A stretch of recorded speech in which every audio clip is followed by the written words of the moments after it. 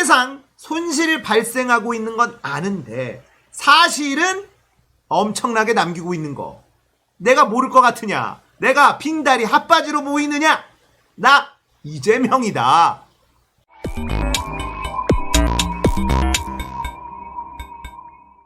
안녕하세요. 딱딱한 뉴스를 쉽고 재밌게 풀어드리는 시사건건 홀스영입니다. 자, 이번에 다룰 이야기는요, 경기도민 빨아먹다가 이재명에게 딱 걸린 일산대교 이야기입니다. 자, 일산대교라는 다리가 있습니다. 여기 통행료가 1,200원이에요. 한강을 넘는 다리 중에 유일한 통행료를 내는 다리. 거기다가 민자도로 치고 굉장히 비싼 요금. 자, 이 지역에 사시는 분들은 이 일산대교 통행료에 대한 불만이 굉장히 많습니다. 아니, 이거 다리 지나가는데 뭔 돈을 이렇게 많이 내야 돼? 매일매일 지나다녀야 되는 사람들에게는 꽤나 큰 부담이 되는 그런 요금입니다. 이재명 도지사에게 딱 걸렸어요. 자, 이재명 도지사는 일산대교를 경기도가 인수하겠다. 협의를 해보고 잘 안되면 해약 조치를 하겠다. 자, 이러고 나왔습니다.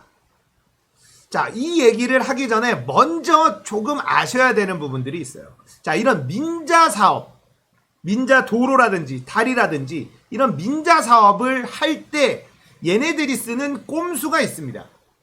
자, 기본적으로 민자 사업을 하는 이유는 정부가 돈이 좀 없어. 자, 그러니까 돈이 좀 넉넉한 민간 자본이 들어와서 일단 공사를 해. 이걸 하면 정부가 까지지 않도록 보증을 서줄게. 뭐 요런 내용이에요. 민간 자본이 도로를 깝니다. 그리고 다리를 놓습니다. 통행료를 받습니다. 그래도 적자가 나면 정부가 보전을 해줍니다. 한마디로 절대로 까지지 않는 장사다. 이런 얘기죠. 그런데 요놈들이 말이죠, 우리의 머릿속에 있는 만큼만 사업을 하면 되는데 그렇게 하질 않아요. 여기에 하나 더 들어가죠. 자, 이런 인프라 사업은 돈이 많이 들어가죠. 그러니까 이 민간 자본도요, 대출을 받습니다. 대출을 받는데 대출을 해주는 놈, 받는 놈 짜요. 굉장히 비싼 이자로 대출을 받습니다. 그러니까 얘네들이 짰다고 말씀드렸잖아요. 그러니까 이익이 나도 이 이자를 내는데 엄청나게 많은 비용이 들어갑니다. 근데 이 돈이 말이죠, 오른쪽 주머니로 갔다가 왼쪽 주머니로 다시 돌아오는 거예요. 은행과 대출을 하는 사람들이 짜고 엄청나게 비싼 이자로 대출을 받고 수익이 많이 나는데 그걸 이자 명목으로 지출로 엄청나게 써버리고, 까졌습니다, 정부에다가 돈 주세요 라고 해서 정부에서 돈을 또 받고, 요런 구조로 돈을 벌어요. 이해가 좀 되시죠? 자, 민자 사업이기 때문에 요금도 받습니다. 유료도로를 만들죠. 자, 이용자들한테 돈도 받고, 짜고 치는 고스톱으로 비싼 이율의 대출을 받고, 그리고 수익이 난 것으로 엄청나게 높은 이율의 이자를 내고, 그리고는 까졌으니까 정부에게 보전도 받고, 앞뒤로 엄청나게 남기는 장사, 이런 식으로 합니다. 그래서 민자도로, 민자사업은 웬만하면 하면 안 돼요. 그냥 정부가 국채를 발행하든 지방채를 발행하든 해서 사업을 해야지 정상적인 상태로 돌아가게 됩니다. 민자사업으로 굴리면 이런 꼼수들이 횡행합니다. 근데 이걸 알고도 안 잡는 거죠. 왜냐? 이 민자사업의 허가를 누가 해줍니까? 지자체장이나 정부에서 해주는 거예요. 그러면 이들과의 커넥션이 없을까요? 없을 수가 없죠. 얼마나 알토란 같은 사업인데. 뒷구멍에서 또 이 커넥션들이 그냥 얼마나 움직이겠습니까? 수천억짜리 공사예요. 그러니까 30년, 40년 보전을 해주는 공사. 그만큼 오랫동안 앞뒤로 엄청나게 빨아먹을 수 있는 그런 장사가 바로 이 민자 인프라 사업입니다.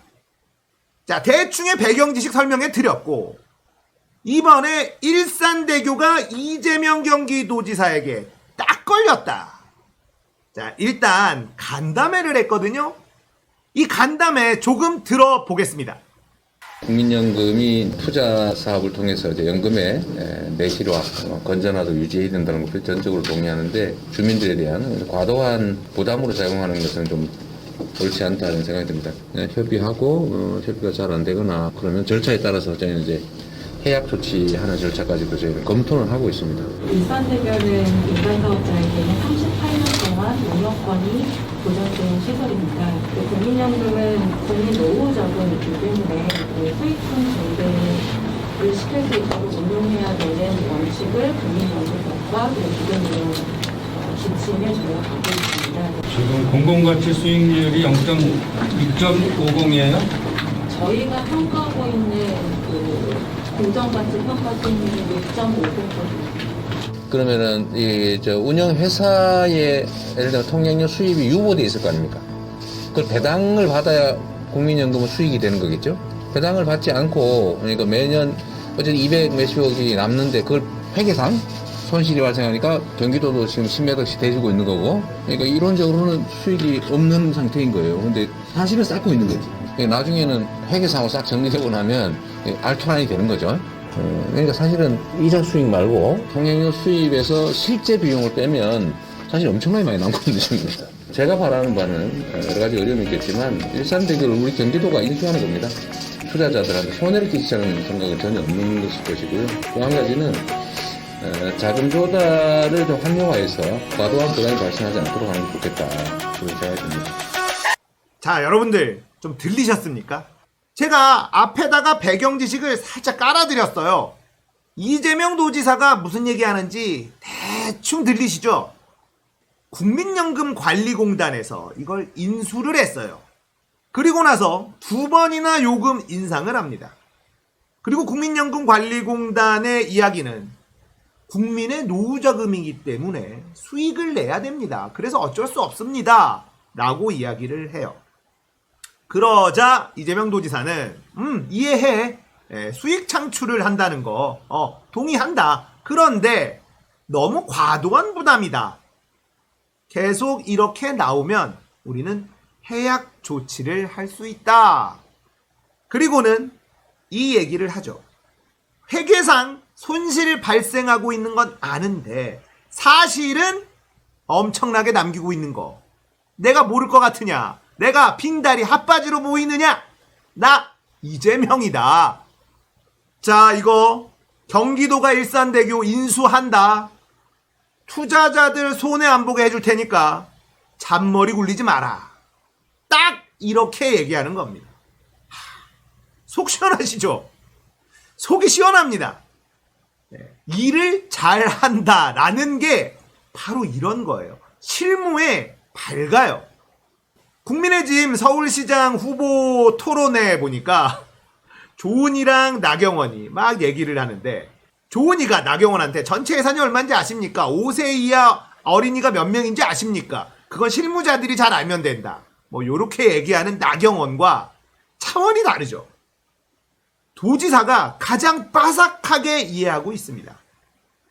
구석구석 관심이 많아서 그래요. 실제 국민들의 삶에 관심이 많아서 그렇습니다.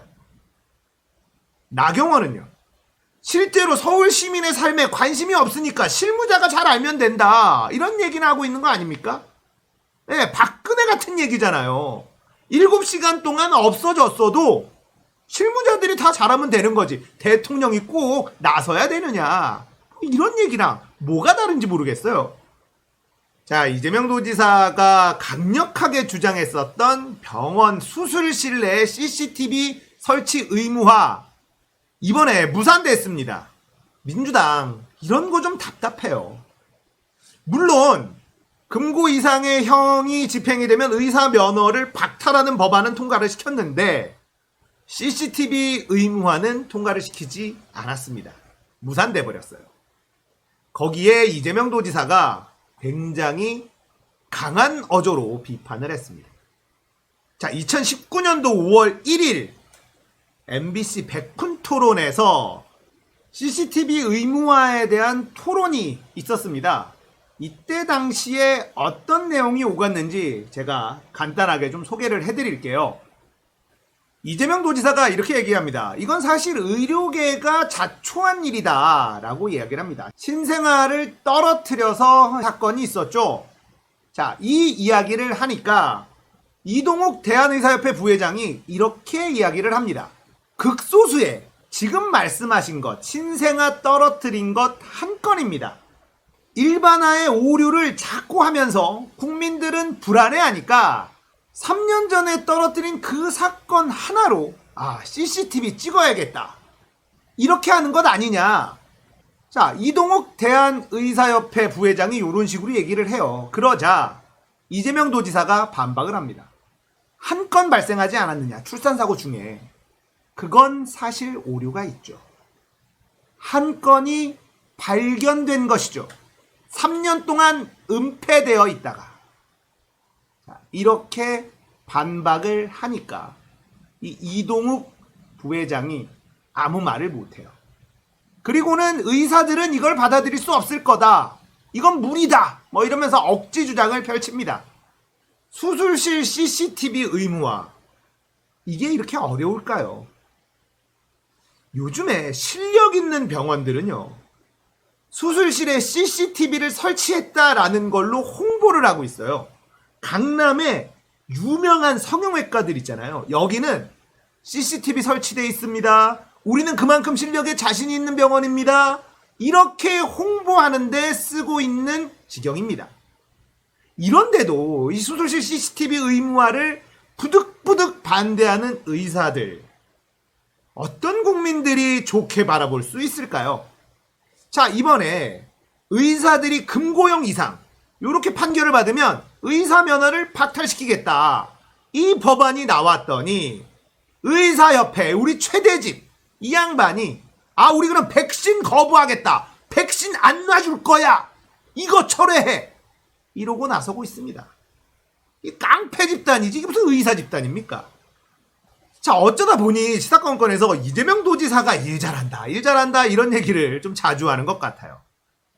어떤 분이 댓글에서 시사건건 이 채널은 이재명을 좋아하는구나 뭐 요렇게 단정 짓는 분들이 계신데요. 네, 저는 이재명을 좋아합니다. 그리고 추미애도 좋아합니다. 우상호도 좋아합니다. 김진애도 좋아하고요. 박영선은 나쁘지 않습니다. 예, 이기는 사람을 밀어주고 싶습니다.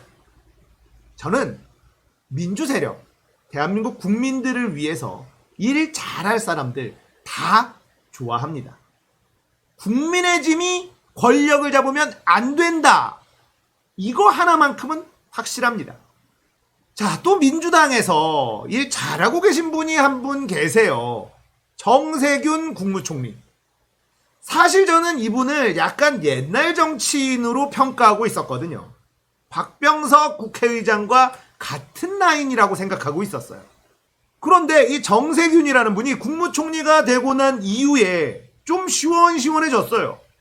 약간 이회찬 예전 대표 느낌도 난다고 할까요? 이번에 총리실 기자실 폐쇄한다. 이렇게 나왔습니다. 이 기자실, 기자단, 이게 적폐를 만드는 온상이거든요.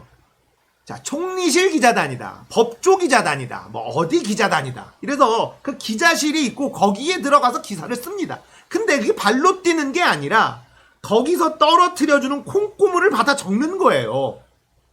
근데 거기 있으면 내가 뭔가 된 것 같거든. 엘리트 우월의식에 빠지기 딱 좋은 그런 제도가 바로 이 기자실 제도예요.